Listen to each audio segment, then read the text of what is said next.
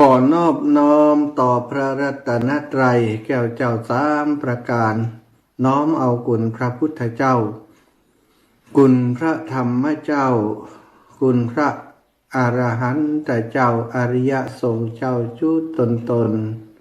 จุองค์ได้เมต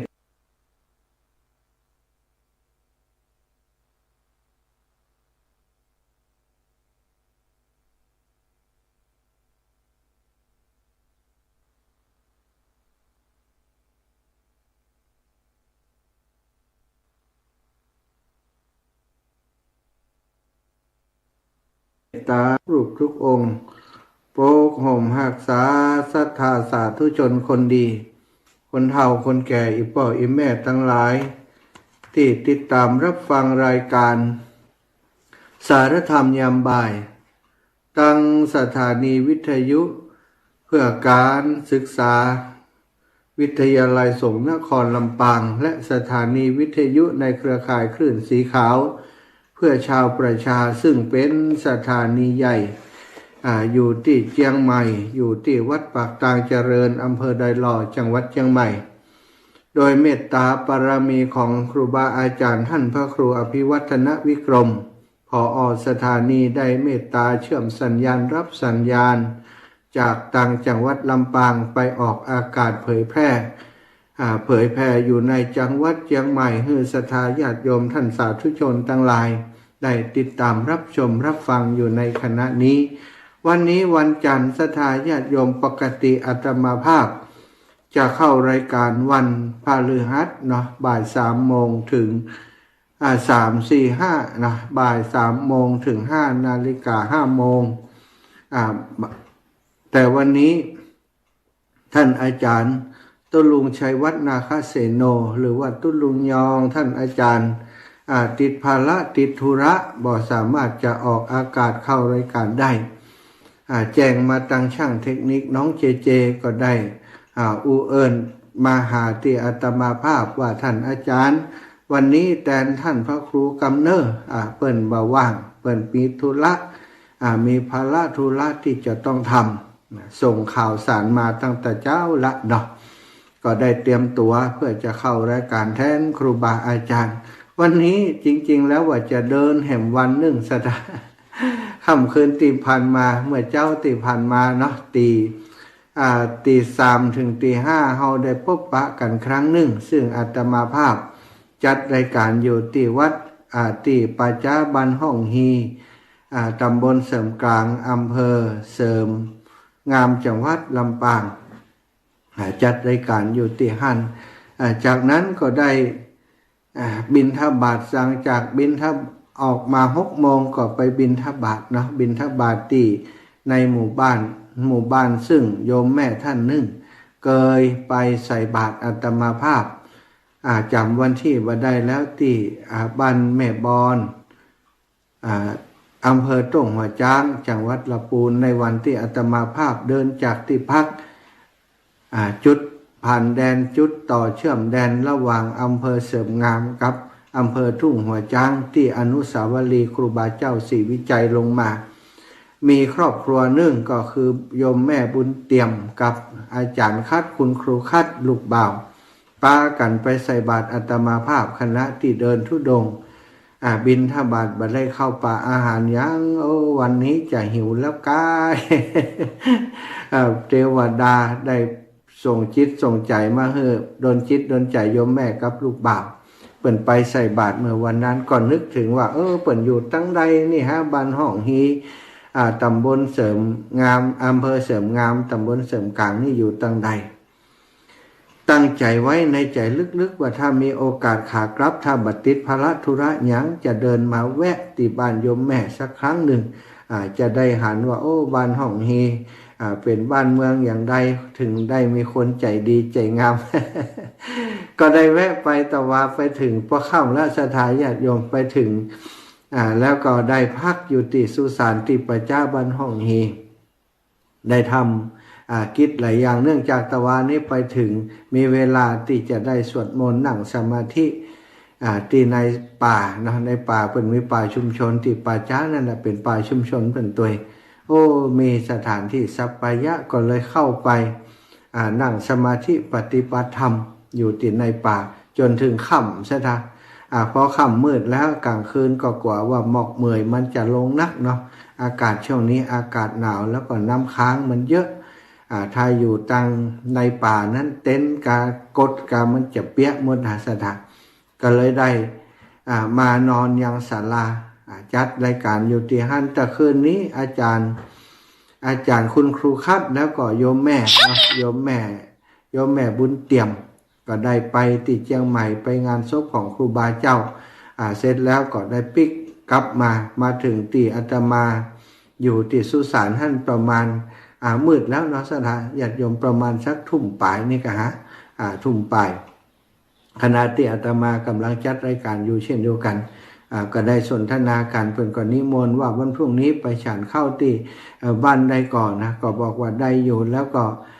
ได้อูจากันวันพรุ่งอาจารย์จะกลับอย่างใดก็เลยบอกเพิ่นว่าวันพรุ่งนี้ตั้งใจจะกลับเจ้าน้อยเนื่องจากว่ามีงานของครูบาอาจารย์ที่วัดบรรพตสถิตจะต้องไปช่วยเปิ้นหลังจากวันนี้เนาะได้ไปฉันภัตตาหารที่บ้านของโยมแม่อันบุญเตี่ยมบ้านคุณครูคัดคุณครูเปิ้นก็ได้มาส่งอาตมาที่วัดบรรพตสถิตตอนนี้มาถึงที่วัดบรรพตสถิตเป็นที่เรียบร้อยแล้วเนาะศรัทธาญาติโยมทั้งหลายก่อนอนุโมทนาบุญสำหรับครอบครัวญาติโยมบ้านแม่ห้องบ้านห้องฮีตำบลเสริมกลางอำเภอเสริมงามที่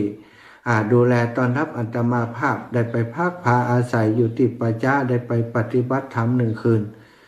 ถือว่ามีบุญมีวาสนาได้ไปในพื้นที่ที่ครูบาเจ้าเปิ่นมาสร้างเนาะแปลกเหมือนกันเนาะดึงอาตมาไป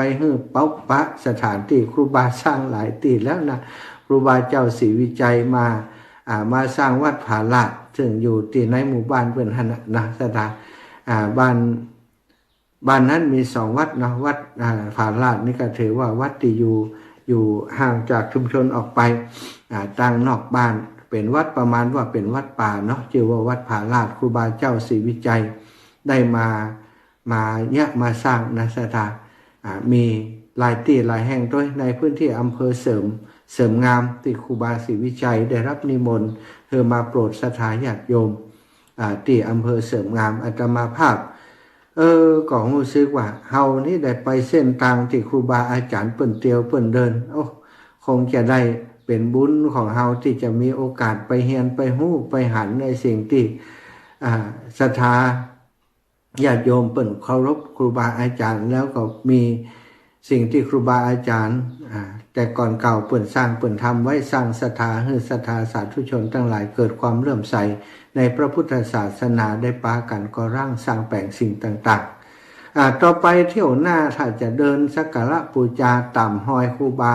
ที่เปิ้นเดินไปที่ไหนเปิ้นนั้นไปสร้างที่ไหนจะเดินไปแอวสถานแถวเสริมงามแถวอำเภอเถินนี่มีนักเนอะมาถึงที่วัดบรรพตสถิตที่นี่นะเมื่อเวลาประมาณสักบ่ายโมงนี่การสถานมีลุงโบน้องบัวตองแล้วก็ไอ้มนคนป่าไม้ไอ้มนคนป่าไม้นี่เป็นนายกสมาคมนักจัดรายการวิทยุแห่งจังหวัดลำปางนะแห่งประเทศไทยจังหวัดลำปางแล้วก็ลุงโบนี่เป็นอดีตนายกแล้วก็คุณโยมบัวตองนี่ก็เป็นนักจัดรายการเป็นคณะทำงานในสมาคมนักจัดรายการวิทยุของจังหวัดลำปางได้เข้ามามารอปุ๊บ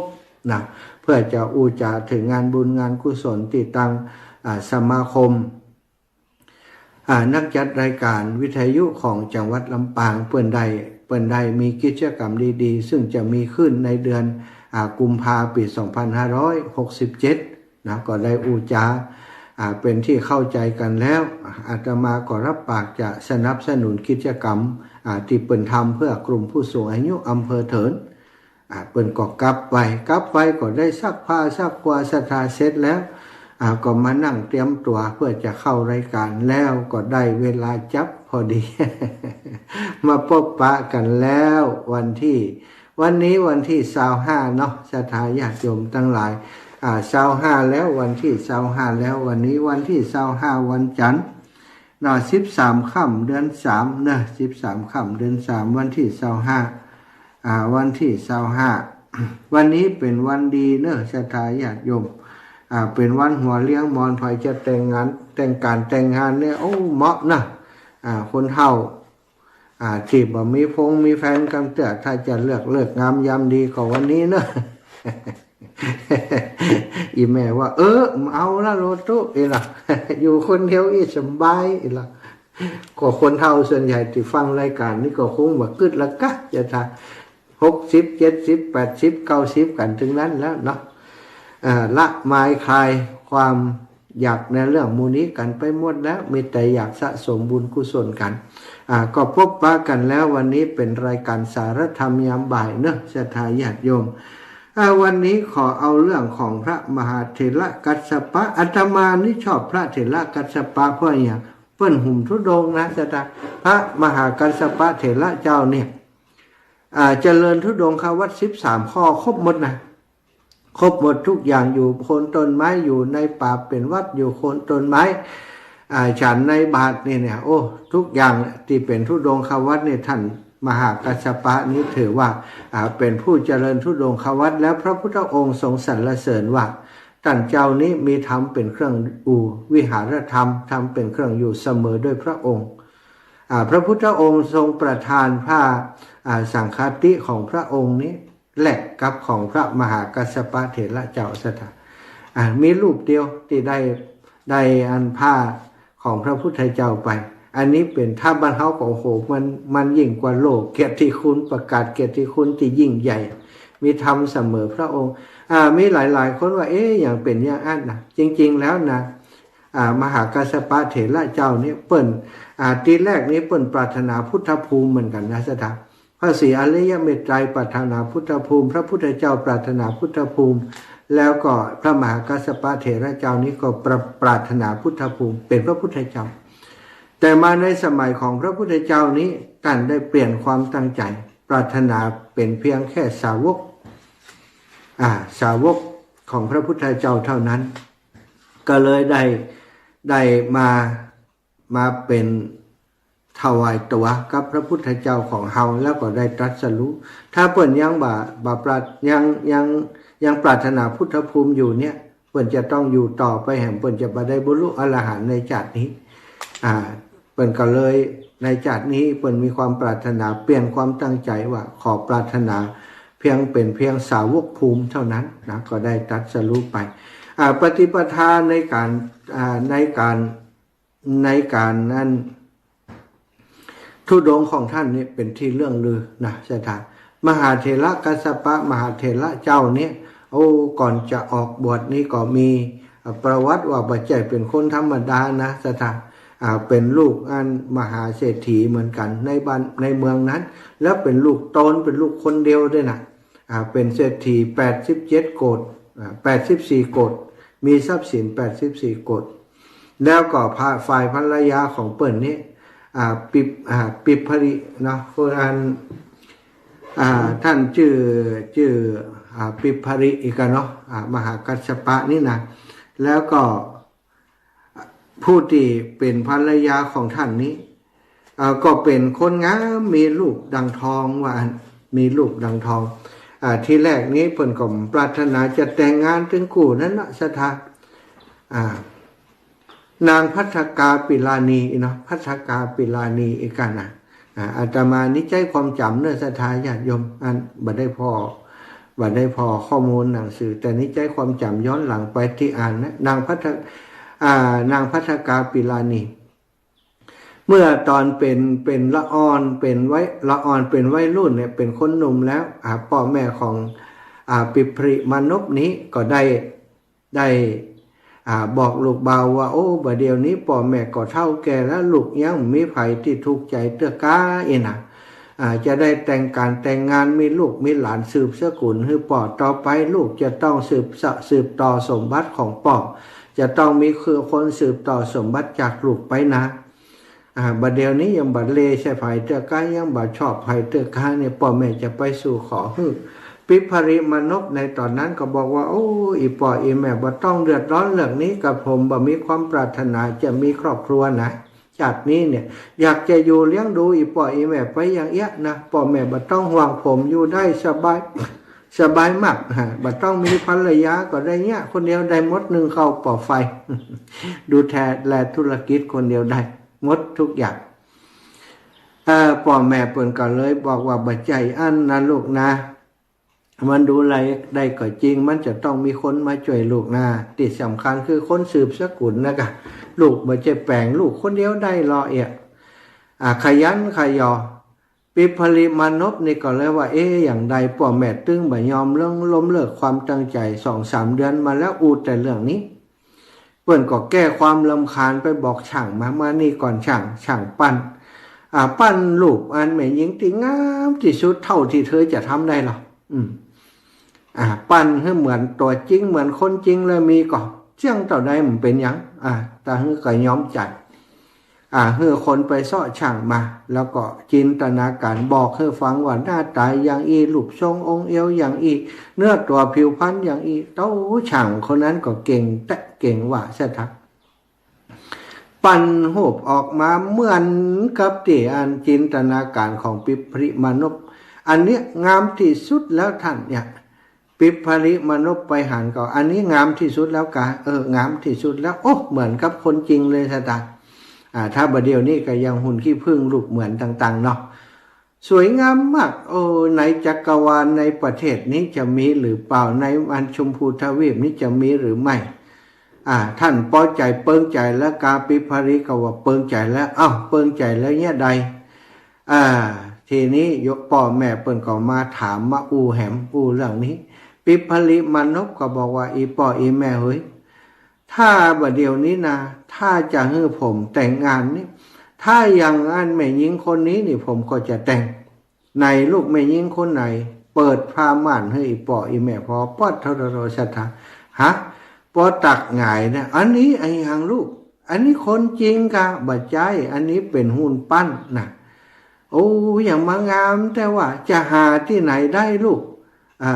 แม่เปิ้นก็ว่าอย่างนี้ปอกก็พ่อพบก็บอกว่าแม่บ่ไปว่าอย่างอันอาจจะเป็นบุญเปิ้นนาที่จะได้พบปะแม่หญิงติกุลสตรีที่เพียบพร้อมแบบนี้ลูกเฮานี่ถ้าจะเป็นคนมีบุญลูกถ้าจะมีเนื้อกูที่งามป่านนี้ลูกนี่โมเสสอัน เมื่อวันเขาทั้งหลายไปหาพราหมณ์ปุโรหิตมาหรอคนที่ดูลักษณะคนเป็นคนที่เปิ่นจะไปเป็นงานป่อสื่อให้เฮาเปิ่นเอารูปปั้นนี้ไปเที่ยวตะเวนในหัวเมืองต่างๆจนไปเสาะพอว่ามีแม่หญิงหน้าตาอย่างอีอยู่ที่ไหนเปิ่นไปสู่ไปขอให้เฮาจิบก็เอาพราหมณ์มาถึง8 คนสถานพราหมณ์ที่ดูลักษณะนี่คนเดียวยังไม่พอใจที่เอามา8 คนเอาไปด้วยกันพ่องตีหามเสลียงเอาใส่รถใส่ล้ออย่างก็ว่าไปเอาใส่เอาหุ่นนั้นขึ้นอยู่บนรถก็ป้าตะเวนไปทั่วบ้านทั่วเมืองสถานบ่มีเขาก็พอมันจะมีที่ไหนท่านพราหมณ์อันนี้งามล้ำงามเหลือหุ่นปั้นอย่าง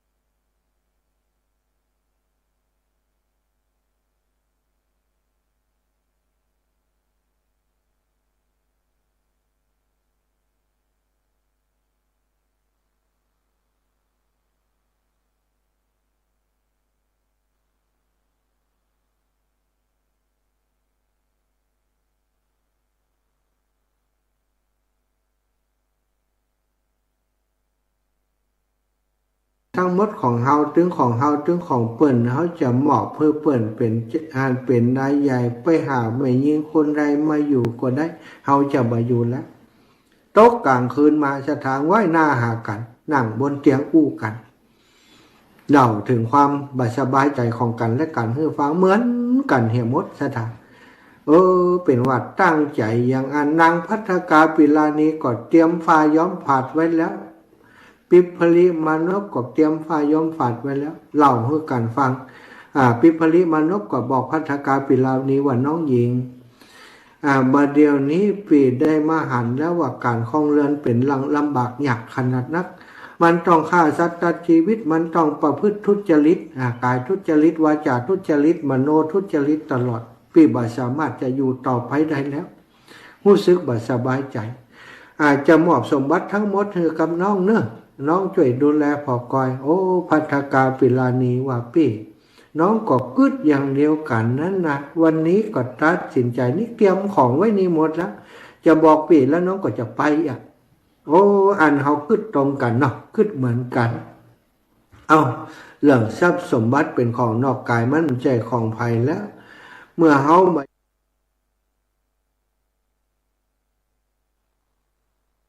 หมู่คนใจถามว่าเจ้านายจะไปไหน ก็เลยรอลูกน้องรับกันหมดสถา2 คนผัวเมียเนาะผัวเมียในนามอิสระเปิ่นก็มีกิจกรรมที่เป็นเรื่องของผัวเมียเลยเป็นอยู่ด้วยกันเหมือนพี่เหมือนน้อง2 คนพี่น้องอีกก็ได้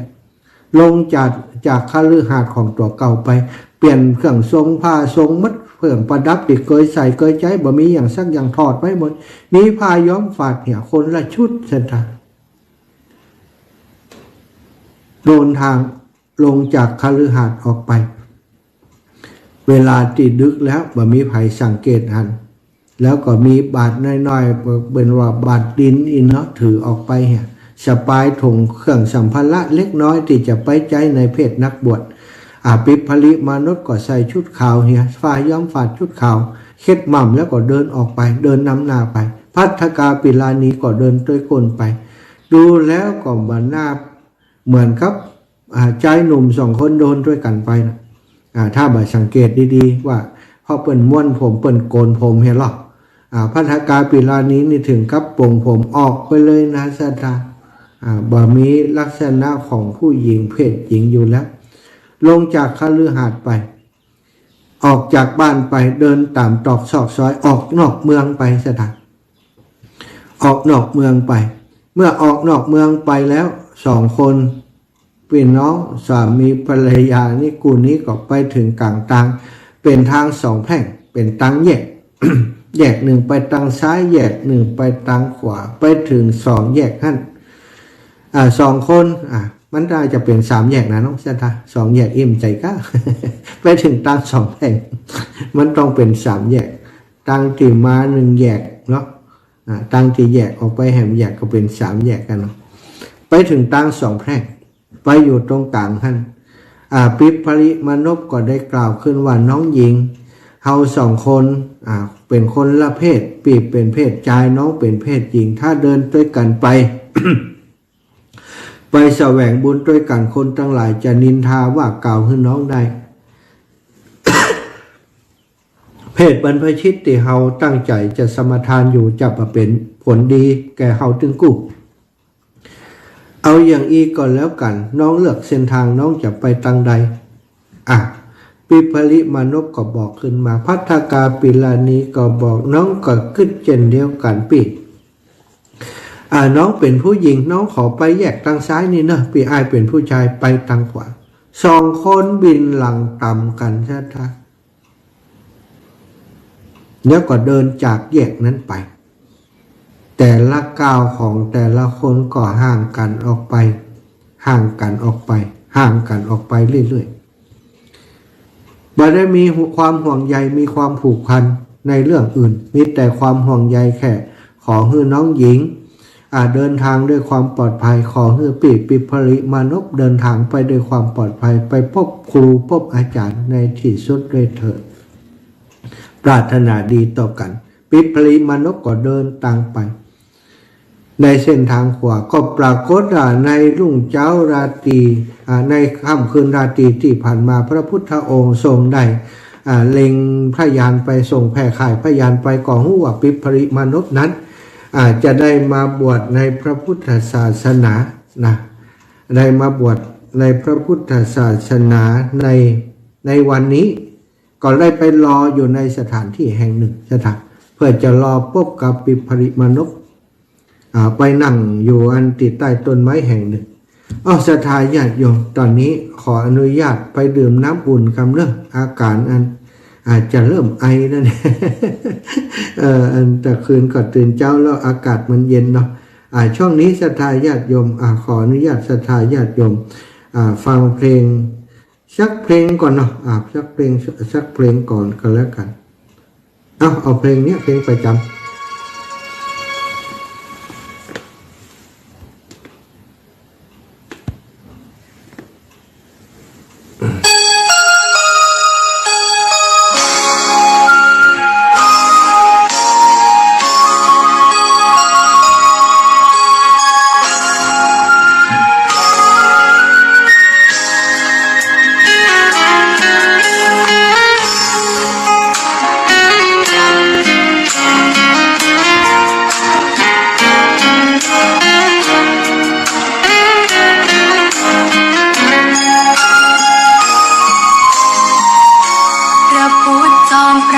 เป็นศาสดา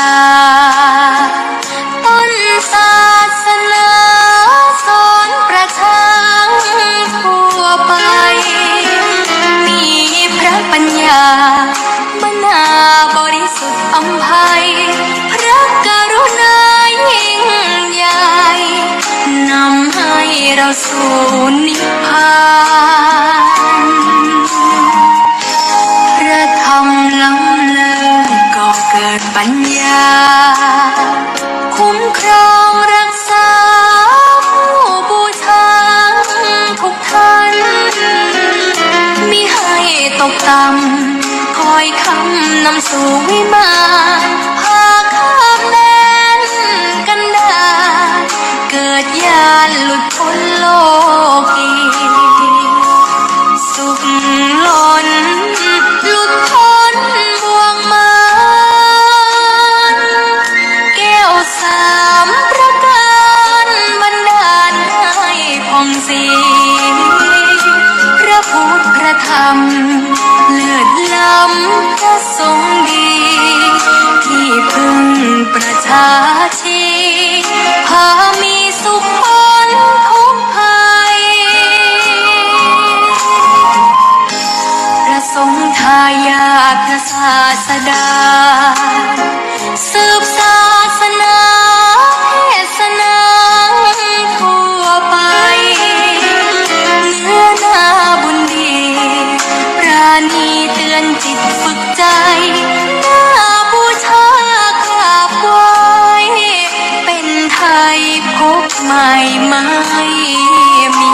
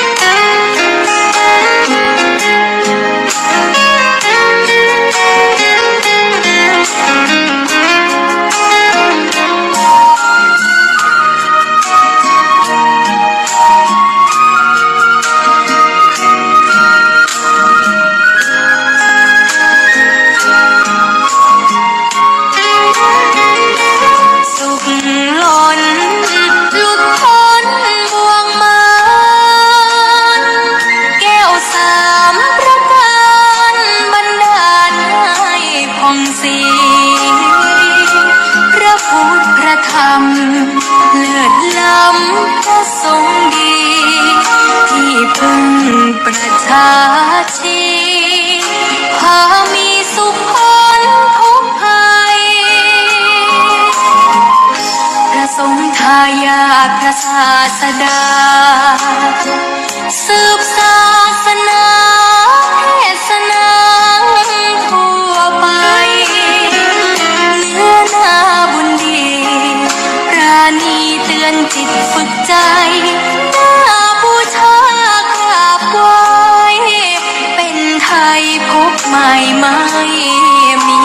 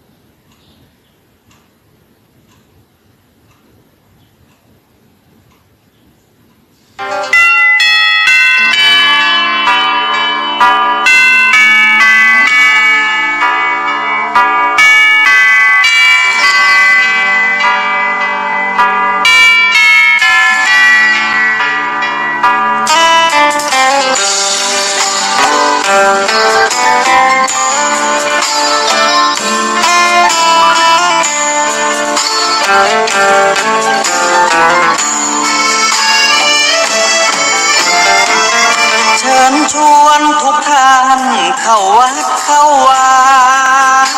ฟังธรรมะจากหลวงตาเสริมชีวาให้สุขสดใสยึดมั่นหลักธรรม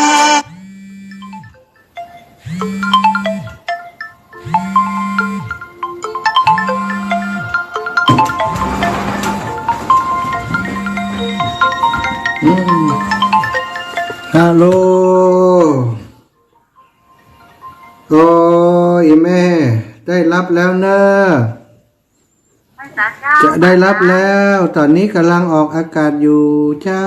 เจ้าฝากลูกสาวอ้อนตังทำบุญห้องน้ำนะเจ้าจากห้องน้ำนี่ทำไปแล้วโลห้องน้ำไหนวัดบรรพตกะ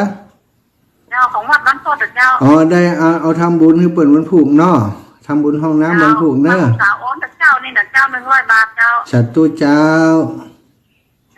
สัตว์ตู้เจ้าตอนนั้นมองกับอาจารย์ไว้แล้วนะเจ้าเจ้าแม่สัตว์ตู้เนอะหอมไว้แล้วเนาะจ้าสาธุเจ้าสาธุสาธุเจ้าแม่เจ้าสาธุคำสอนไว้ให้ขึ้นใจความดีรีบทำโอ้ใครจะโทรมาอย่างกิ๊กนี้โอ้ใจโทรศัพท์อันออกอากาศอยู่คนกันโคมลายลึกลายลุละเอา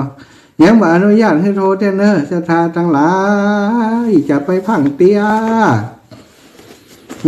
เวลาเปิ่นบอกให้โทรก็โทรเต้อขอเห็นใจอาตมาเพียบน้อย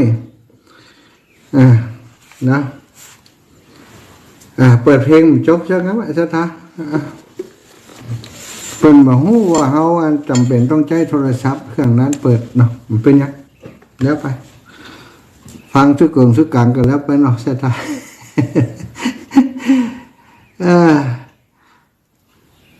พระพุทธองค์นะมาวันนั้นนะศรัทธาญาติโยมคณะที่พระพุทธเจ้าประทับอยู่ในพระคันธุพระกุฏิในพระเวรุวันมหาวิหารทรงทราบถึงเหตุว่าปิภริกับภัททกาปิลานีแยกทางเดินกันออกบวชจึงเสด็จไปประทับนั่งรอติดใต้ต้นร่มไทรเรียกว่าพหุปุตตานิโครธซึ่งอยู่ในระหว่างกรุงราชคฤห์และเมืองนารันทาช่วงที่ทั้งสองนะศรัทธาญาติโยมได้แยกทางจากกันบริเวณติวาตกีนั้นเกิดแผ่นดินสนั่นหวั่นไหวสะเทือนขึ้นมาถ้าบ้านเฮาก็แผ่นดินไหวน้อมเดียวนี้นะเก่าเรื่องปกตินะ แต่อันนั้นเป็นแผ่นดินหวั่นไหวสั่นหวั่นไหวด้วยบุญของตึงสองที่ตัดสินใจเด็ดขาดที่จะทิ้งคฤหัสถ์แล้วก็แสวงหนทางหลุดพ้นคือการออกบวชพระพุทธองค์และสรรพสัตว์ทั้งหลายโดยเฉพาะเทวดาไปถึงชั้นพรหมเนี่ยก็ได้แส่ซ้องสาธุการถึงการตัดสินใจของทั้งสองนั้นเนาะของทั้งสองคือปิภริและภัททกาปิลานีพระพุทธองค์เมื่อทรงทราบแล้วก็เสด็จไปอยู่ที่ต้นไม้พหุปุตตานิโครธซึ่งอยู่ระหว่างกรุงราชคฤห์และเมืองนารันทาปัจจุบันสถานที่แห่งนั้นก็ยังมีอยู่ในสถานจุดที่เปิ้นกำหนดหมายไว้เปิ้นบอกว่าอยู่ระหว่างราชคฤห์กับนารันทาพระมหากัสสปะก็ได้เข้าไปขอบวชเป็นพระสาวกของพระพุทธเจ้าพระพุทธเจ้าทรงอนุญาตให้เป็นภิกษุโดยการประทานโอวาท3ข้อด้วยกันข้อที่1บอกว่ากัสสปะเธอพึงศึกษาว่าเขาจะเข้าไปตั้งความละอายและความเกรงใจไว้ในภิกษุที่เป็นผู้เฒ่าผู้มีอายุพรรษาสูงและก็ปานกลางและก็ผู้ที่บวชใหม่อย่างดีที่สุดข้อที่2เขาจักฟังธรรมซึ่งประกอบด้วยกุศลเขาจักตั้งใจฟังธรรมนั้นแล้วพิจารณาเนื้อความข้อที่3เขาจักบัลละสติที่เป็นไปในกายคือพิจารณาเอาร่างกายเป็นอารมณ์หลังจากที่ท่านพระมหากัสสปะออกบวชแล้วพระมหากัสสปะก็สมาทานทุดงควัตรสามข้ออย่างเข่งครัดเรื่อยมาก็คือ1ถือผ้าปังสกุลเป็นวัด ใจเฉพาะแต่ผ้าปังสกุลคือบาฮับจีวรที่เปิ่นถวายเที่ยวแสวงหาผ้าปังสกุลตามป่าช้าต่างๆที่เปิ่นห่อศพแล้วเปิ่นเอาทิ้งไว้สถาเอามาซักเอามาย้อมยิบเป็นจีวรเองข้อ2ถือการฉันเฉพาะในบาทเป็นวัดคือบาฮับนิมนต์หรือลาภพิเศษอื่นใดฉันเฉพาะอาหารที่บิณฑบาตมาได้เท่านั้น ข้อที่3การอยู่ป่าเป็นวัดคือบ่อยู่ในเสนาสนะไกลบ้านแต่อยู่ป่าภายหลังท่านได้เพิ่มวิริยะมากขึ้นจึงสมทานธุดงค์เพิ่มขึ้นแห่ง10 ข้อก็คือ 1. ถือการใช้ไตรจีวรเป็นวัดคือถ้าถือผ้าเพียง3 ผืนได้แก่จีวรสบงสังฆาทิอย่างละผืนเท่านั้นบ่ใช้จีวรนอกจาก3 ผืนนี้ข้อที่2ถือการบิณฑบาตไปตามลำดับบ้านเป็นวัดคือรับตามลำดับบ้านตามแถวเดียวกันบ่ฮับข้ามบ้านข้ามแถวหรือเที่ยวบิณฑบาตไปตามชอบใจข้อที่3ถือการฉันที่อาสนะเดียวเป็นวัดคือการฉันวันละมื้อลุกจากที่แล้วก็บ่ฉันอีกในวันนั้นข้อที่4ถือการฉันเฉพาะในบาตรบ่ใช้ภาชนะอื่นข้อที่5ห้ามพัดที่เขานำมาถวายภายหลังคือเมื่อลงมือฉันแล้วมีผู้นำอาหารมาถวายอีกก็บ่ฮับข้อที่6การอยู่โคนไม้เป็นวัดแบบอยู่ในที่มุงบังไปอยู่ในที่บันอยู่ที่มุงบังนะสถาอันนี้มันธรรมดาเนอะโตสถาเวลาฝนตกอยู่อย่างไรเนาะนี่เนาะอยู่ในถ้ำในอย่างนะท่านมหากัสสปะนี่7การถืออยู่ในที่แจ้งเป็นวัดคืออยู่เฉพาะกลางแจ้งบ่อยู่ในที่มุงบังหรือแม้แต่โคนไม้อันนี้ห้ามถือในฤดูฝนว่าบางฤดูเนาะแล้วแต่เปิ่นจะถือ8ถือการอยู่ป่าช้าเป็นวัดคือการอยู่แรมคืนในป่าช้าเป็นประจำข้อที่9ถือการอยู่ในเสนาสนะตามแต่เขาจะจัดให้บ่เลือกเสนาสนะตามความพอใจของตนเองข้อที่10ถือการนั่งเป็นวัดคือการถือนั่งยืนและเดินเท่านั้นบ่นอนท่านเข่งขัดระดับการถือระดับของการปฏิบัติในธุดงค์ของพระมหากัสสปะเถระนั้นมี3ระดับคือ1ระดับเข่งขัดเช่นถืออยู่ป่าตลอดไประดับกลางเช่นสามารถอยู่ในเสนาสนะชายบ้านได้ตลอดฤดูฝน4 เดือนอีก8 เดือนที่เหลืออยู่ในป่า3ระดับต้นเช่นอยู่ที่ผู้ถืออยู่ป่าเสมอสามารถอยู่ในเสนาสนะชายบ้านคือแถวละแวกบ้านได้ตลอดฤดูฝนและฤดูหนาวรวมและ8 เดือนอีก4 เดือนอยู่ป่าสำหรับพระมหากัสสปะเถระนั้นนับแต่วันที่8ที่ท่านบวชจากการบำเพ็ญสมถวิปัสสนาก็ถือธุดงค์ปฏิบัติธุดงค์อย่างเคร่งครัดเรื่อยมาพระพุทธองค์ทรงสรรเสริญพระมหากัสสปะเถระหลายประการเช่นมหาเถระกัสสปะเสมือนดวงจันทร์สว่างใสบ่มีเมฆหมอกเป็นผู้สันโดษด้วยปัจจัย4 ประการอันนี้คือเรื่องราวของพระมหากัสสปะเถระศรัทธาญาติโยมทั้งหลายนะวันนี้ก็ได้นำมาฝากมาแบ่งปันอาตมาเป็นผู้ที่ชมชอบในการออกธุดงค์เข้าวัดเที่ยวธุดงค์ถึงจะว่าเป็นการธุดงค์แบบอุกฤษอย่างที่ท่านมหากัสสปะเปิ่นทำเฮาก็ทำได้เล็กๆน้อยๆตามบุญของเฮาก็มีความสุขนะในการธุดงค์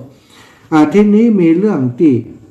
มีที่มาว่าอยู่มาในวันหนึ่งนั้นเมื่อพระเถระเจ้ากลับจากบิณฑบาตแล้ว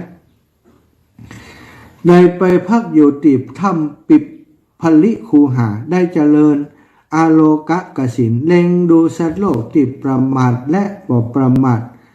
ทั้งที่กำลังตายกำลังเกิดอยู่ในพื้นโลกมีแม่น้ำแผ่นดินภูเขาเป็นต้นอยู่พระพุทธเจ้าพระพุทธองค์ประทับอยู่ณพระเชตวันกรุงสาวัตถีทรงทราบแล้วก็ตรัสว่าอันการตายและการเกิดของสัตว์ทั้งหลายถึงพระพุทธญาณก็กำหนดบ่ได้ใครๆบ่อาจกำหนดซึ่งหมู่สัตว์ที่พอถือปฏิสนธิแล้ว ตายบ่ได้การที่จะรู้ได้อย่างนั้นบ่ใช่วิสัยของเธอเพราะวิสัยของเธอมีเพียงเล็กน้อยการที่จะรู้จะเห็นซึ่งหมู่สัตว์ที่ตายเกิดอยู่ทั้งสิ้นนั้นเป็นวิสัยของพระพุทธเจ้าทั้งหลายเท่านั้นดังนี้เรื่องนี้ชี้ให้เห็นว่าหมู่สัตว์ทั้งหลายที่ตายและเกิดในโลกนี้มีมากนักญาณของพระสาวกย่อมบ่อาจจะกำหนดได้นี่พระมหากัสสปะเถระนะพระพุทธเจ้าได้หันว่าท่านเจริญอาโลกกสินเล็งดูสัตว์โลกที่ประมาทและประมาททั้งที่กำลังตายและกำลังเกิดอยู่ในพื้นโลกเป็นว่าถ้าบัดตักเตือนนี้อาจจะทำให้ท่านมีปัญหาในการใจยานดูโลกทำจะให้ต่อท่านนี้มีอายุติบั่นทอนอายุของเปิ้นพระพุทธองค์ก็ทรงตักเตือนแต่ว่าเป็นการตักเตือนในยามนะสถาบันได้ตักเตือนแบบที่คนทั้งหลายว่ากล่าวตักเตือนกันตักเตือนในยานว่าอันนี้เป็นวิสัยของพระพุทธเจ้าทั้งหลายเท่านั้นเธอบ่สามารถจะทำได้ในส่วนนี้เนาะจริงๆแล้วเปิ้นปรารถนาพุทธภูมิถ้าเปิ้นบำเพ็ญความเพียรไปถึงพุทธภูมิเปิ้นก็จะเป็นพระพุทธเจ้าอีกรูปหนึ่งที่สามารถดูการเกิดดับของสัตว์ทั้งหลายแล้วก็รู้ว่าสัตว์ทั้งหลายเกิดดับเพราะอะไรอย่างมีกรรมอะไรอย่างมาเกิดศรัทธาเอาละศรัทธาญาติโยมทั้งหลายวันนี้นะก็จะขอแจ้งเกี่ยวกับข่าวสารงานบุญที่ครูบาอาจารย์เนาะเปิ่นได้ฝากประชาสัมพันธ์งานบุญต่างๆเข้ามามีงานที่เร่งด่วนที่จะต้องทำเร็วๆนี้ในนามของคณะสงฆ์จังหวัดเชียงใหม่แล้วก็คนที่ทำหน้าที่ในเรื่องนี้ที่ประสานงานทำโครงการนี้ก็คือท่านอาจารย์ใหญ่ท่านพระครูอภิวัฒนวิกรมผอ.คลื่นสีขาวได้รับมอบหมายจากหลวงพ่อท่านเจ้าคุณใหญ่เจ้าคณะจังหวัดเชียงใหม่เพื่อดูแลโครงการสร้างอันพุทธมณฑลจังหวัดเชียงใหม่ขึ้นซึ่งเปิ้นจะถือเลิกเบิกฟ้าในวันที่1เดือนมกราที่จะถึงนี้มกราคม2567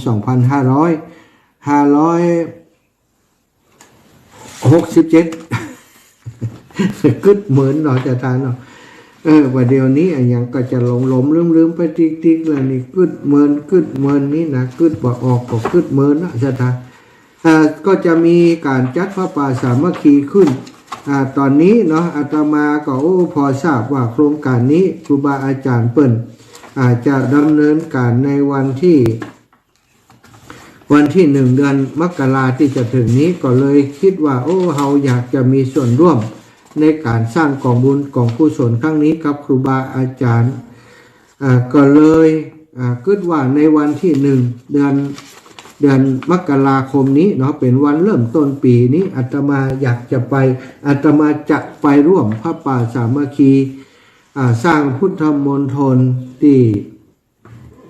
จะจัดขึ้นที่สำนักงานพุทธมณฑลชั่วคราวที่อำเภอดอยหล่อจังหวัดเชียงใหม่ร่วมกับครูบาอาจารย์ในอำเภอดอยหล่อทุกตำบลที่เพิ่นจะทำกิจกรรมครั้งนี้บ่แน่ใจว่าจะเป็นทั่วจังหวัดเชียงใหม่ก่อนเนาะศรัทธาญาติโยมอาจจะถ้ามีเวลาก็อาจจะเป็นคณะสงฆ์ตั้งจังหวัดเชียงใหม่ตั้งหลายแต่ละอำเภออาจจะมาสมทบด้วยแต่ในเบื้องต้นนี้อาตมาได้รับทราบว่าคณะสงฆ์อำเภอดอยหล่อและท้องถิ่น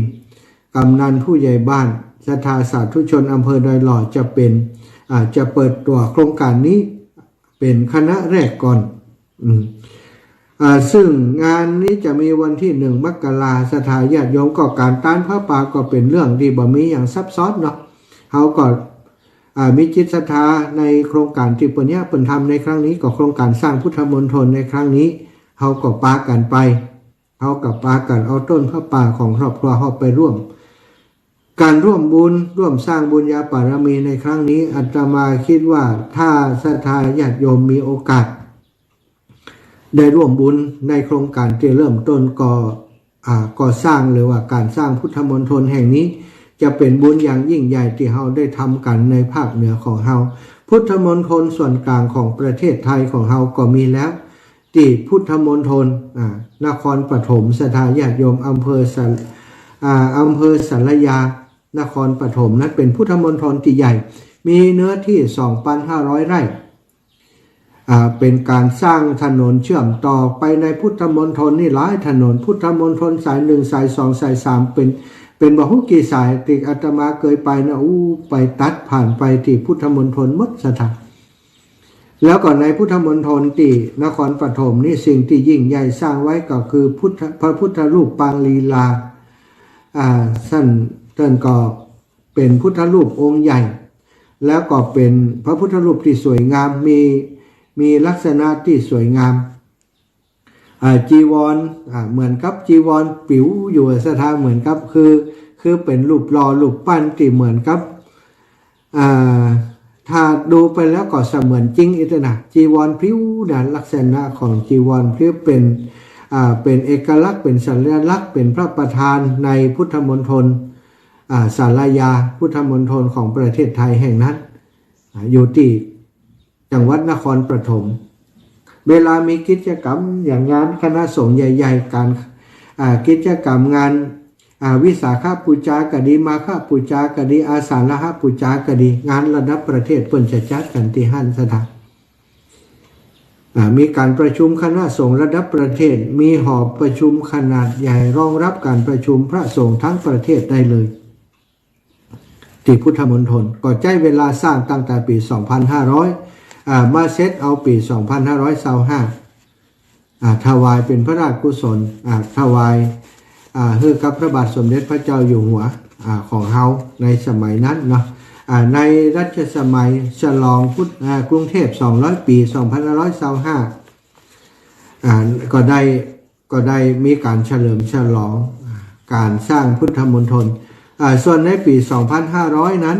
เปิ้นเริ่มสร้างนั้นก็เป็นพุทธชยันตีเนาะเป็น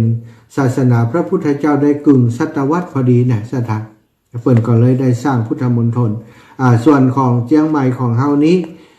จริงๆแล้วก็ได้มีการเริ่มที่จะสร้างพุทธมณฑลมาเมื่อนมานานแต่ที่ขัดปัญหาในเรื่องของที่ดินของในเรื่องของความพร้อมของบุคลากรต่างๆที่จะมาสนับสนุนช่วยเหลือกันในการขับเคลื่อนโครงการนี้ก็มีการพยายามจะทำขึ้นมาหลายสถานที่ด้วยกันจนมาถึงณปัจจุบันนี้สถานที่ได้มีการบริจาคที่ดินจำนวน190 ไร่คือกับโครงการสร้างพุทธมณฑลของจังหวัดเชียงใหม่ของเราซึ่งมีพื้นที่อยู่ที่อำเภอดอยหล่อฉะนั้นคณะสงฆ์อำเภอดอยหล่อในฐานะที่เป็นเจ้าของพื้นที่เท่ากับว่าเป็นเจ้าภาพงานนี้แสดงความประสงค์จำนงหมายจะเริ่มการสร้างโดยการมอบหมายของหลวงพ่อจังหวัดเจ้าคณะจังหวัดเชียงใหม่ก็จะได้เริ่มปฐมฤกษ์เบิกฟ้าตั้งแต่วันที่1 มกราคมนี้จะมีการทอดผ้าป่าสามัคคีสมทบทุนแสดงพลังของคนดอยหล่อของคนเชียงใหม่ที่ต้องการพุทธมณฑลไว้ตีเป็นตีทำกิจกรรมต่างๆสำคัญในพุทธศาสนาเพื่อเป็นการประกาศว่าชาวพุทธของเฮานั้นมีความตั้งใจมีความเต็มใจมีความประสงค์ในการเผยแผ่พระธรรมคำสั่งสอนของพระพุทธเจ้าเพียงใดโดยเฉพาะล้านนาประเทศล้านนาคนล้านนาคนเชียงใหม่ของเฮาเชียงใหม่ถือว่าเป็นศูนย์กลางวัฒนธรรมของเจ้าล้านนาเจ้าเหนือของเฮาซะท่าเป็นเมืองใหญ่เมืองหนึ่งของภาคเหนือฉะนั้นเข้ากับว่าเป็นจุดยุทธศาสตร์ที่สำคัญในการจะเผยแผ่พระธรรมคำสั่งสอนขององค์ชินวรสัมมาสัมพุทธเจ้าการสร้างพุทธมณฑลก็เพื่อประโยชน์ทางศาสนาสร้างแล้วถวายไว้ในพุทธศาสนาบ่มีไผสามารถเอาไปทำเป็นอย่างอื่นอย่างใดได้เหมือนกับเราสร้างวัดสร้างวาใหญ่ๆอยู่วัดหนึ่งในใจกลางเมืองเชียงใหม่ของเราศรัทธาญาติโยมทั้งหลายอีป่ออีแม่ทั้งหลายไผที่จะร่วมบุญหอมบุญกับอาตมาภาพได้ตั้งใจว่าจะไป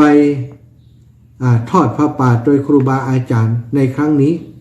ในครั้งแรกของการสร้างพุทธมณฑลนี้ ศรัทธาญาติโยมไผ่จะร่วมด้วยกับอาตมาก็สามารถแจ้งความประสงค์จำลงหมายมาที่อาตมาได้แต่ส่วนศรัทธาญาติโยมที่อยู่เชียงใหม่อยู่แล้วอยู่ดอยหล่ออยู่แล้วเฮาเอาต้นพระป่าไปร่วมบุญกันวันที่มกราที่สถานที่ก่อสร้างพุทธมณฑลสำนักงานชั่วคราวพุทธมณฑลแห่งใหม่ของจังหวัดเชียงใหม่ที่อำเภอดอยหล่อได้ว่าต้องฝากมาที่อาตมามันจะลำบากเนาะที่จะต้องรวบรวมบางคนก็ฟ้อมืออีแม่จิมเนอร์เอาเป็นว่าถ้าเชียงใหม่สะดวกไปเลยดีกว่าสถานอาตมาจะขออนุญาตดูแลเฉพาะส่วนที่บ่ได้ไปจริงๆเนาะถ้าเป็นเชียงใหม่ก็ได้แต่ว่าต้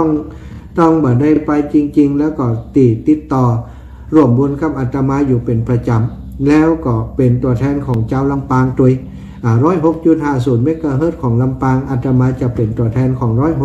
106.50 นำบุญครั้งนี้ไปร่วมกับครูบาอาจารย์ที่เชียงใหม่เนาะในการทอดพระป่าครั้งนี้ตัวก็ฝากให้ศรัทธาญาติโยมได้เข้าใจจริงๆแล้วก็อยากรับภาระธุระทั้งหมดนั่นแหละแต่ทีนี้คนเดียวจะไปรับผิดชอบทั้งหมดก็คงไม่ใช่เนาะแล้วอีกอย่างหนึ่งนี้ก็อยากจะแบ่งเบาภาระครูบาอาจารย์ส่วนตั้งเชียงใหม่เพิ่นก็ช่วยกันหลายกลุ่มหลายฝ่ายอยู่แล้วอาตมามีความเชื่อมั่นว่าคณะสงฆ์ทั้งหมดของเชียงใหม่จะมาร่วมบุญร่วมกุศลในครั้งนี้เป็นครั้งเป็นคราวครั้งนี้อาจจะเป็นงานใหญ่สำหรับพี่น้องชาวดอยหล่อเฮาที่แสดงพลังกันเนาะศรัทธาญาติโยมวันนี้ก็เป็นกองแรกที่เข้ามาแล้วนะคณะศรัทธาบ้านห้องฮีตำบลเสริมกลางอำเภอเสริมงามจังหวัดลำปางซึ่งหมายมีป่อยอดแม่บุญเตียมยะวันเอาสำราญอาสีมาอุดทังกันทาเอานาวินอาธาริกาเทพเสาอาวาสเทพเสาอาสวนสารอินครูคัดหรือว่านายบัญญัติยะวันครูแคทนางสาวบุษบายะวันได้ร่วมบุญมาทั้งหมดเนาะในวันที่25ธันวาคมนี้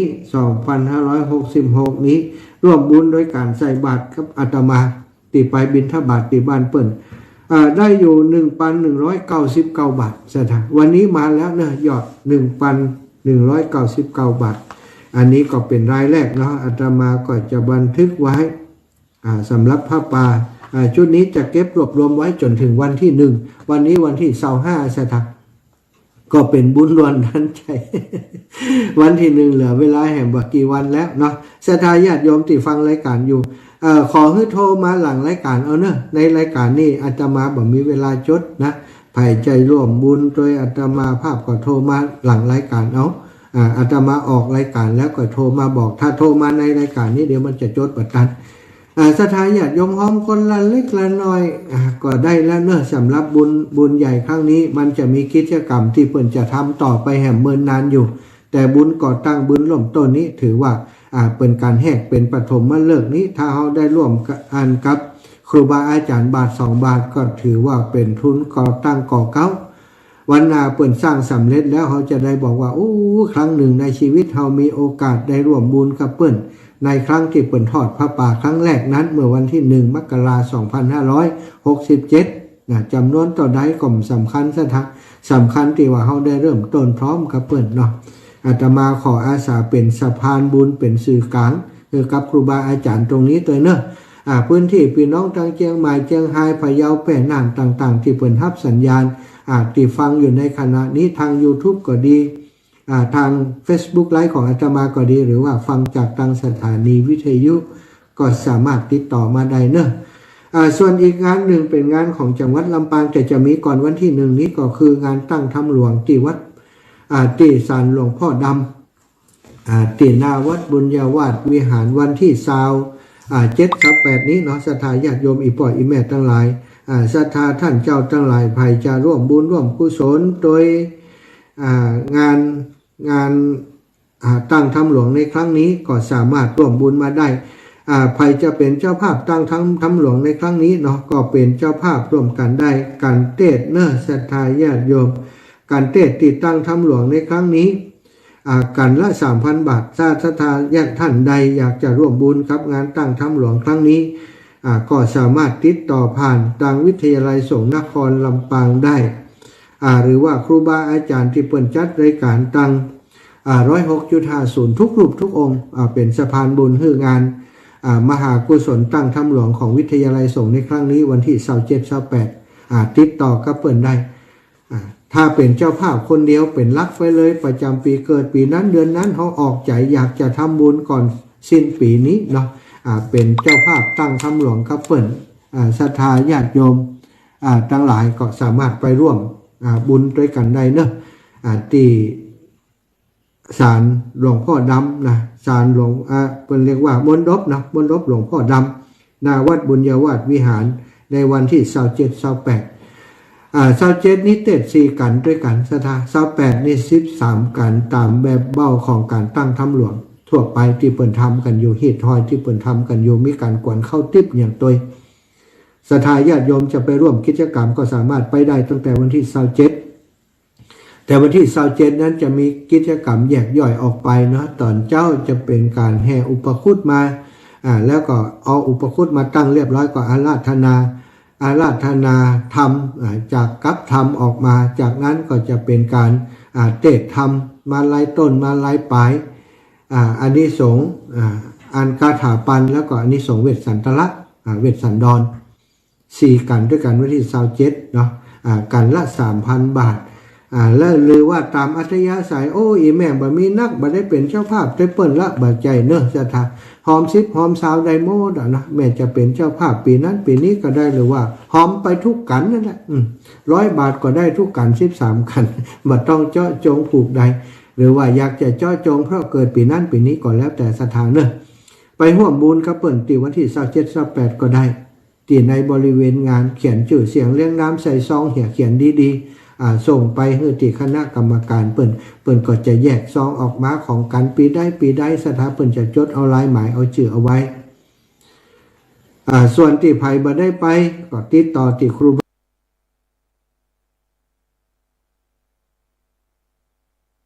บาอาจารย์เนาะแล้วก็ฟังรายการวิทยุที่เปิ้นแจ้งข่าวเป่าประกาศออกไปเนาะอาตมาก็จะประกาศกันเทศกันละ 3,000 บาทหรือว่าตามกำลังศรัทธาได้ที่ธนาคารทหารไทยธนาชาติเลขที่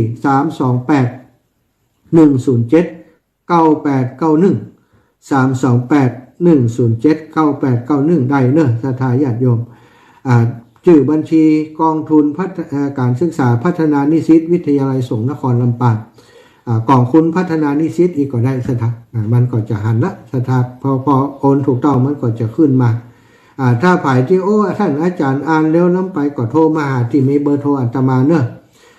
328-107-9891 กองทุนพัฒนานิสิตวิทยาลัยสงฆ์นครลำปางปัจจัยที่ศรัทธาถวายนี้หักกะใช้จ่ายอย่างแล้วเนาะเปิ่นหอมคนนั้นนิดคนนั้นหน่อยเหลือมาเปิ่นก็จะเอาเข้ากองทุนพัฒนานิสิตศรัทธาก็ถือว่าได้บุญ2ต่อบุญกับเทศมหาจักรโดยส่วนต่างส่วนที่เหลือนะอาจจะมีศรัทธาเปิ่นเป็นเจ้าภาพร่วมกันมาหลายเหลืออยู่ก็เอาไปเข้ากองทุนพัฒนานิสิตเป็นประโยชน์กับการศึกษาของพระสงฆ์องค์สังฆเจ้าในวิทยาลัยสงฆ์นครลำปางเนาะก็ฝากบุญนี้ไว้กับศรัทธาพี่น้องชาวลำปางของเฮาเนอะเป็นเจ้าภาพตึงได้ตึง13กันนั่นน่ะศรัทธาญาติโยมใครจะเป็นเจ้าภาพกันได้ก็แจ้งบอกกับคณะกรรมการที่เปิ้นจดลายหมายชื่อเฮาได้เนาะแล้วอีกงานหนึ่งเป็นการฝากประชาสัมพันธ์จากครูบาอาจารย์ที่วัดหัวทุ่งถึงเปิ้นจะมีงานเข้าปริวัติกรรมนะปฏิบัติธรรมยะถาสันทติกังคะเข้าลุกขมูลในวันที่30ถึงวันที่2ณวัดบันทุ่งตำบลหัวเสืออำเภอแม่ทะจังหวัดลำปางก็เป็นวัดที่ครูบาอาจารย์เจ้าคณะอำเภอหัวเสือเป็นครูบาอาจารย์ของอาตมาอีกรูปหนึ่งที่เมตตาอนุเคราะห์ช่วยเหลืองานทางคณะสงฆ์แล้วก็สนับสนุนงานที่อาตมาภาพทำเกี่ยวกับการศึกษาท่านอาจารย์เป็นตนเมตตาเป็นเจ้าคณะตำบลเป็นพระนักศึกษาเนาะเป็นผู้จัดการ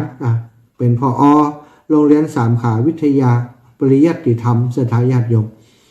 เปิ่นจะทำกิจกรรมในวันที่30ถึงวันที่2วันที่30นี่ ตอนเจ้าวันที่30เปิ่นจะมีการสืบจัดตาหลวงทำบุญตักบาตรโดยวันที่13 นาฬิกาฟังพระธรรมเทศนาธรรมประยุกต์ของท่านอาจารย์เสน่ห์กาหลงท่านวัน16 นาฬิกาวันที่31นั้นเปิ่นจะทอดพระป่าสามัคคีสมทบทุนบูรณะปฏิสังขรณ์วัดวาอารามวัดบรรทุ่งของท่านอาจารย์แล้วก็23 นาฬิกา 9 นาทีเปิ่นจะสวดมนต์ข้ามปีเริ่มต้นดีชีวีมีสุขเนาะศรัทธาสามารถร่วมบุญสนับสนุนลงทานน้ำดื่มเป็นเจ้าภาพทายธรรมต่างๆได้โดยติดต่อที่ท่านพระครูปรัตน์สันติสุขยานะเมธีโทรศัพท์0931465868เนอะติดต่อร่วมโครงการน้ำดื่มและบริจาคได้ที่0931465868ศรัทธาญาติโยมตังแม่ท่าเนาะไปช่วยเหลือเติมกันเนอะ0931465868อาตมาภาพจะไปร่วมบุญวันที่30อาจจะไปนอนกับท่านอาจารย์ปุ้นวันที่31ก็จะได้ร่วมกิจกรรมกับเปิ่นแล้วก็จะได้เดินทางกลับวันที่1ก็จะมาสวดมนต์ทำวัดบรรพตสถิตของเฮาจินนี้เนาะแล้ววันที่1จะได้เดินทางไปทอดพระป่าวัดสำนักงานพุทธมณฑลจังหวัดชั่วคราวจังหวัดเชียงใหม่ที่อำเภอดอยหลอดต่อไปศรัทธาญาติโยมทั้งหลายมีข่าวสารงานบุญมาแจ้งให้ท่านทั้งหลายได้รับทราบแล้วก็ขออนุโมทนาบุญสำหรับศรัทธาสาธุชนพี่น้องบ้านห้องฮีที่ร่วมบุญมาเป็นเงินต้นแล้ว 1,199 บาทวันนี้เป็นเลขมงคลเนอะได้ร่วมบุญมาแล้ว 1,199 บาทส่วนหนึ่งก็เป็นปัจจัยที่อาตมาได้รับบิณฑบาตในตอนเช้าติดยามอยู่ก็ร่วมหอมไปตัวเอาใส่ซองไปตัวเป็นก้อนแรกไปตัวศรัทธาเนาะก็ดีใจที่จะได้ร่วมบุญร่วมกุศลกับพี่น้องเชียงใหม่พี่น้องดอยหล่อเฮาจะได้พุทธมณฑลไว้ไกลบ้านไกลจองแล้วก็ในจังหวัดของเฮาจะมีสถานที่ปฏิบัติศาสนกิจของครูบาอาจารย์อีกที่หนึ่งคือที่พุทธมณฑลแห่งใหม่แห่งนี้ก็ขอให้ได้สร้างเสร็จเร็วๆเถอะเนาะจะได้เป็นประโยชน์แก่พระพุทธศาสนาหลวงพ่อใหญ่หลวงพ่อเจ้าคณะจังหวัดเชียงใหม่มีความตั้งใจที่สูงมากศรัทธา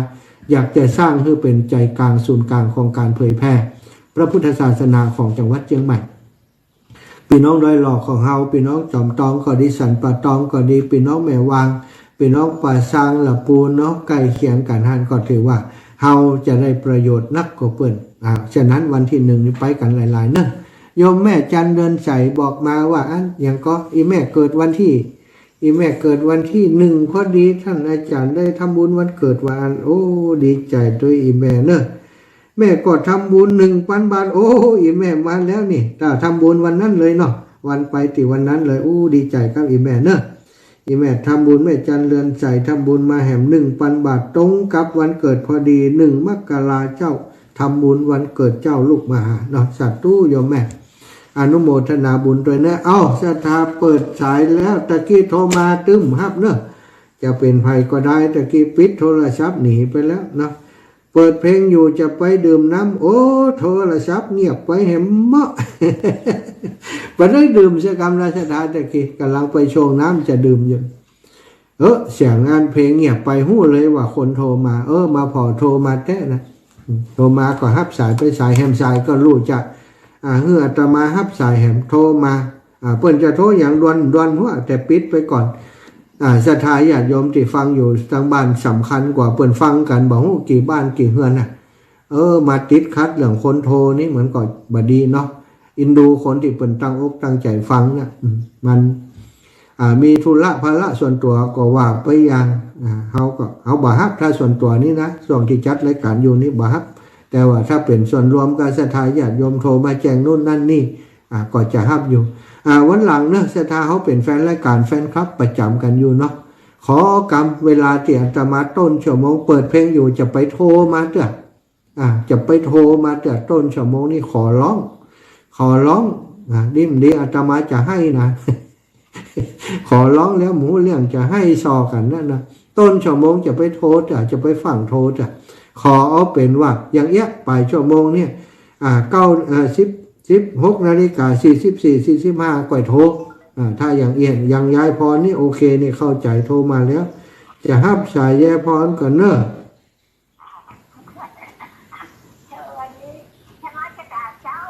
เจ้าเดี๋ยวนี้อยู่ไหน ฮะตะกิ้มฟังการจังหวะอยู่วัดบรรพตแล้วลูกโดนโดนแล้วโดนดอกแหลกเลยนี่ยายพรนี่คืออยู่ไปย่ากึดแนมยังแนบเปิ่นถึงว่าถึงแล้วลูกตะกี้บ่ฟังกันนี่ไปไหนมานี่อยู่หลังบ้านโอ้นี่แห่จะมาโทรอย่างเดียวนี่เอาเปรียบเปิ่นนี่อาบน้ำเลยอาบจะค่ำก็หนาวอ่ะโอ้ใจหนาวค่ำแล้วอากาศหนาวย้ายอาบเจ้าเนอะเงินดีปลอดภัยปลอดภัยดีเจ้าสบายดียายเนอะขอบคุณยายนะสาธุแม่ยายพรร้องวัวแดง0808844173เนอะศรัทธาโทรมาได้แล้วเนาะไผที่โทรค้างตะกี้นะบอกเจือโทรมาเถอะไผหัวหูจักเบอร์พร้อม ช่วงที่เปิดเพลงอยู่ขอกำจะไปโทรเตี้ยนะเพราะว่าใจโทรศัพท์เครื่องนั้นเปิดเพลงศรัทธาจะได้ยินว่ามันเงียบไปอันนั้นคือศรัทธาโทรนะถ้าเพลงอีอยู่ดีๆรับพบเนี่ยแสดงว่ามีคนโทรนะจะไปว่าอาตมาพิษนะอาตมานี่เปิดเพลงให้ศรัทธาฟังแล้วจะไปดื่มน้ำก่อนถึงบอกแล้ว บอกแล้วบอกแหมโทรมาอยู่เนาะจำเป็นได้เข้ารายการมาได้กินน้ำสักคำอีกไหมมาแล้วเจริญพรโยมแม่ขจรค่ะสวัสดีค่ะเจริญพรแม่เจ้าสวัสดีเจ้าว่าอย่างไรวันนี้ขึ้นออกแล้วยังแต่เจ้าขึ้นมาออกะฮะโทษติดแล้วโทษติดแล้วว่าอันอยู่ในที่นอนอยู่กำลังวันนี้ตื่นขวายนั่นแหละในที่นอนก็รู้โทรอยู่นี่ได้เสียงท่านก็ดีใจแล้วดีขอบคุณนี่แม่เนี่ยอันนี้เป็นว่าคนวันนี้อันอย่างก็ถาดทำมันตรงกันอย่างเจ้าถาดทำมันตรงกันได้สร้างบุญสร้างอย่างรวมกันมาเหมือนกับเคยได้ยินมาแล้วนี่จัดได้หัวเนาะแม่เนาะจัดได้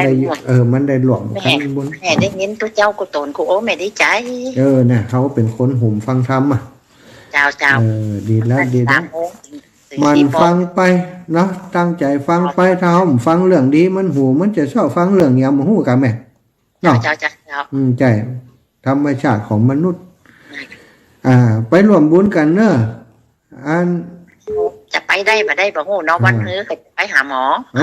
ไปหาอย่างมันหมอเนี่ยโรคแม่นักนะขวางไปเก็บไว้อย่างโรคนั่นโรคนักสาธุแม่บุญรักษาอยู่ดีมีสุขเนอะดูแลตัวเองเจ้าแม่เจ้าเจริญพรแม่จันสีมาแล้วเจริญพรแม่จันสีอันนี้โทรแม่นได้อีแม่เขานี่ว่ายังได้พี่น้องมาฟังจะถามว่าโทรได้ก็โทรหาท่านสุจิตาแล้วยังโทรหาหลวงพ่อโทรแล้วละแต่ว่าเปิ่นพอดีเปิ่นหายุ่งนะหลวงพ่องานเปิ่นนักเปิ่นบ่ฮับสายก่อนเลยรบกวนเปิ่นเองเพราะว่าอยากจะอู้กับเปิ่นวันก่อนแล้ววันที่เปิ่นจัดรายการได้แต่ว่าเดี๋ยวนี้ก็มีธุระพระอย่างก็เปิ่นเอามาเจ้าแม่แต่ว่าเปิ่นไปเมืองเปล่าแต่ว่าไปงานศพกะงานพระราชทานเพลิงศพเจ้าขอบคุณแม่เนอะเจ้าขอบคุณเจ้าบุญรักษาก็มัวลืมแม่แล้วลืมไปเห็นแล้วไปเดี๋ยวถามเห็นไหมถวายความเคารพไหว้สาท่านสามเณรลักษณ์ครับผมถวายความเคารพครับผมไหว้สาท่านอาจารย์มหาครับรักฟังอยู่เนาะครับเป็นกำลังใจเสมอนะครับเนอะขอบคุณหลายๆวันที่1ปะกันเนาะครับวันที่1ปะกัน ประกันโอ้หมู่เฮาไปช่วยกันหมดอ่ะเนาะอาจารย์เนาะ ที่ไหนครับอาจารย์ โอ้เตียนากะสำนักงานชั่วคราวอันพุทธมณฑลดอยหลอนะกะ อ๋อครับครับ จะได้ไปตานพระป่าทุกเปิ่นท่านอาจารย์มีงานกะวัน ก็จะเป็นสวดมนต์ข้ามปี ข้ามปีแล้วเนาะกลางคืนแล้วตั้งแต่กลางคืนแล้วกะ ครับผมคือกำลังใจอาจารย์มหานะครับ ครับผมขอบคุณครับขอบคุณหลายๆครับ ครับผมไว้สาอาจารย์ขอต่อช่วง6 โมงนะครับ โอ้ช่วง6 โมงกาท่านอาจารย์ของวันของไฝนี่ ว่าของงั้นท่านพระครูนัทพงศ์ครับคน โอ้ ไม่ได้อยู่ จ้ะ6 โมงเนาะ 6 โมงถึง2 ทุ่มครับ 18:00ถึง2 ทุ่ม ครับผม ครับผมท่านอาจารย์ครับขอบคุณครับ ไว้ รั สา บทราบจะได้เตรียมตัวขอบคุณหลายๆครับ ไว้สาครับ โอ้ดีหน่อยแจ้งมาก่อนจะได้เตรียมตัวถ้าแจ้งมานี่ทะลุกตุกตักมหูจะอู้อย่าง เจริญปอนแม่เรือนคำตาเทพ เอาขออนุญาตกำเนิดไปชมได้ จมล้อตะกี้เดียดไหนลูก พี่แพทย์จะถามว่าอันเทศอันหมดเลยยังมีคนจองหมดเลยยัง อ๋อหมดเตี้ยเหรียญนักอยู่กะกำลังอู้กันนี่เบอร์อันนี้กัน2นั่นน่ะปีฉลูแล้วไม่จองเด้อ ปีฉลูไม่จองต่อใด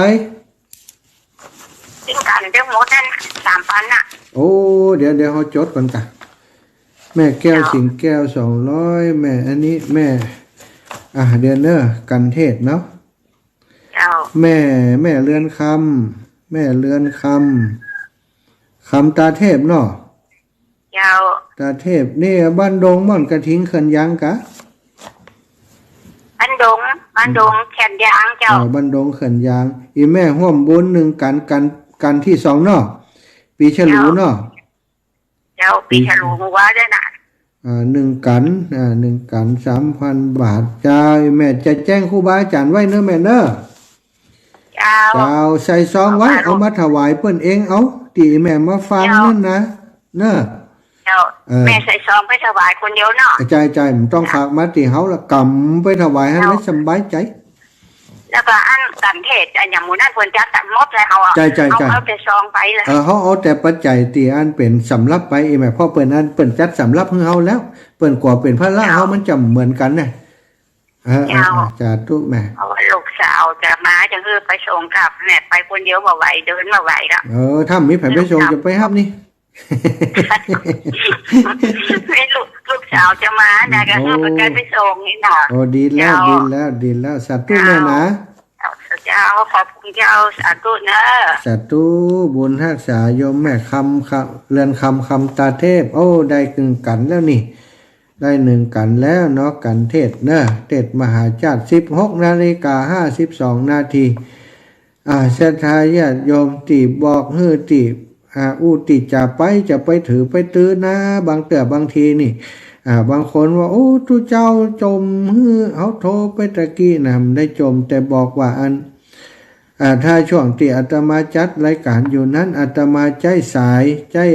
สัญญาณที่อีปล่อยแม่โทรมานี่ออกอากาศอยู่ก็คือเปิดเพลงเข้ารายการใกล้อย่างการนี่อีปล่อยแม่โทรมามันตัดสายไปเห็นนะมันโอ้จะกินน้ำอุ่นอยู่หันแล้วสัวเห็นล่นก็อินดูกันน้อยเตอะเนาะฟังให้เข้าใจว่าโอ้ท่านอาจารย์ต้นชั่วโมงเปิ่นจำเป็นต้องใช้โทรศัพท์เพราะผมโทรหาเปิ่นจ้ะถ้าเปิ่นบอกให้โทรก็โทรมันจะสบายใจกันถึงเปิ่นถึงตัวเนาะขอบคุณนะจะไปโกรธไปเกลียดบอกอย่างไปแล้วโอ้ชี้ชวกอินาบาชี้ชวกบอกผมได้เนี่ยบอกผมได้นี่ว่าใจโทรศัพท์อยู่เนออีนะตอนนี้เปิดโอกาสให้โทรนี่โทรเต็มที่เลยเนาะวันนี้ศรัทธาญาติโยมทั้งหลายนะมีไอ้มนคนป่าไม้ประธานชมรมประธานนายกสมาคมนักจัดรายการสถานีวิทยุเนาะของจังหวัดลำปางปากันมาเอวหาเพื่อนจะมีกิจกรรมดีๆนะไว้ในเดือนกุมภาพันธ์นะเอาเข้าของเครื่องใช้ต่างๆไปมอบให้ผู้สูงอายุที่อำเภอเถินเนาะอำเภอเถินจะมาขอ ให้อาตมาร่วมกิจกรรมโดยจะมาถวายพระปาตินีแล้วก็นำปัจจัยต่างๆเนี่ยไปซื้อข้าวของเครื่องใช้ต่างๆไปมอบให้กับคนเฒ่าคนแก่ที่อำเภอเถินโดยผ่านทางท่านนายอำเภอเถินเป็นผู้จัดการอีกทีหนึ่งแต่จะเอาของอย่างต่างๆที่มีความจำเป็นสำหรับคนเฒ่าคนแก่ไปมอบแล้วก็เป็นบุญเนาะได้ทำหน้าที่ตรงนี้แล้วก็มีกลุ่มเครือข่ายต่างๆที่ทำงานในลักษณะจิตอาสาในลักษณะช่วยเหลือสังคมเข้ามาร่วมบุญด้วยกันก็ต้องขอบคุณหลายๆขอบคุณโยมแม่พิสมัยโยมแม่อมรวันกำลังเข้ามากลางไปไหนอยู่แม่อมรวันแล้วกุลน้องต้อยแม่พิสมัยเขื่อนคำแสนคุณโยมสมศรีแม่สมศรีใจบุญแม่จันทากองมูลแม่บัวขี้ทะโปนะแล้วก็แม่รัตนาสังคำฟั่นแม่คุณโยมกิตติพัฒน์กิตติพิษจันทนาเจริญปอนเนาะโยมน้องอรพินรามบุตรนะคุณเปียอ้ายประนอมคุณวันดีแสนคำวงแม่กาบศรีขันแก้วคุณโยมลำดวนตั้งตรงคุณโยมประพันธ์บุญคำแม่ประพันธ์บุญคำแม่ศิรินทิพย์อีแม่อยู่บ้านเฮาอยู่ใกล้ช่วงนี้บักกลับกรุงเทพเตอก้าเนาะแม่เนาะทาสนีคุณโยมทาสนีทวิตีเนาะแล้วก็คุณโยมรถสุคนทุกท่านเนอะที่เข้ามาชมตั้งไลฟ์สดนะก็ขอบคุณที่เข้ามาดูมาชมมาเป็นกำลังใจให้กันแค่หันชื่อท่านขึ้นบนในนี่มันก็มีกำลังใจแล้วนะมีคนดูไลฟ์สดนี่ แต่ไลฟ์สดนี่ใจประโยชน์ก็คือออกอากาศไปตัวนะสถาออกอากาศที่สถาญาติโยมฟังทางวิทยุก็คือใจโทรศัพท์ที่ไลฟ์สดออกไปก็เลยได้มีเสียงออกทางวิทยุไปตัวเนาะขอบคุณทุกท่านทุกคนที่โทรมาให้กำลังใจเนาะก็มีหลายท่านด้วยกันแม่เลื่อนคำตาเทพศพตุยสั้นสัมมาเนนเอาลักแม่จันศรีสุขาโยมแม่ขจรปินใจล่าแม่ยายพรร้องวัวแดงข้างกำแพงดอกตุลุงเป็นว่านะแม่ตะคืนตะเจ้านี่ก็มีแม่สมคิดปัญญาคำบ้านทรายทองตำบลเสด็จนะหล่มบุญมาแม่สมบูรณ์บ้านไร่ศิลาธรแม่ศรีธรป่าไผ่เจแม่พิกุลวงแก้วตะกี้โทรมาแม่จันศรีแม่ศรีจันแม่ครูศรีจันห้องเม่นเนอะโยมแม่ครูแม่เพนคนสู้ชีวิตแม่ศรีธร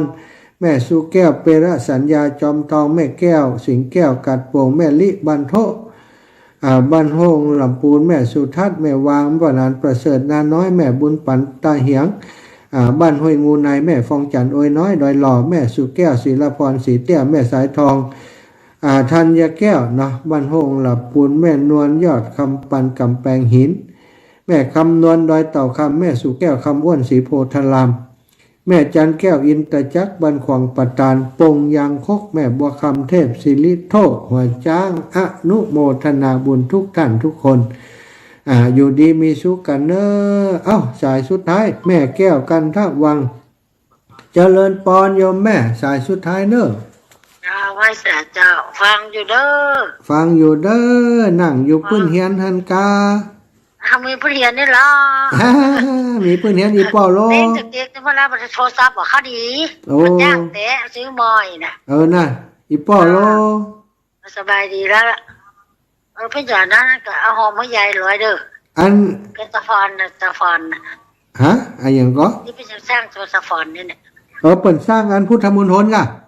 นั่นแหละพุทธมณฑล100เนาะไปเก็บเอาคนเดียวแหละมันจะมาเนี่ยมาทำเที่ยวก็มาเอาแก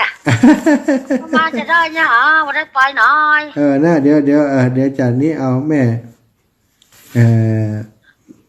แก้วเนาะแม่แก้วกันทวงเนาะกันทวังแม่แก้วกันทวังโอเคอีแม่100ถ้ามากับมาเด้อไปเอาเดี๋ยวไปเก็บก่อนวันที่1ต้องไปเก็บก่อนสัตว์ทุบุญรักษาแม่เรกาหมดเวลาแล้วจ้าหมดเวลาแล้วนำรายการจากศรัทธาญาติโยมไปด้วยเวลาเพียงเท่านี้ขอความสุขสวัสดีจงมีแก่ศรัทธานาบุญทั้งหลายอายุวันโนสุขังพลัง พบปะกันในช่วงมื้อแลงแห่งกรรมเนอะจ้ะท่า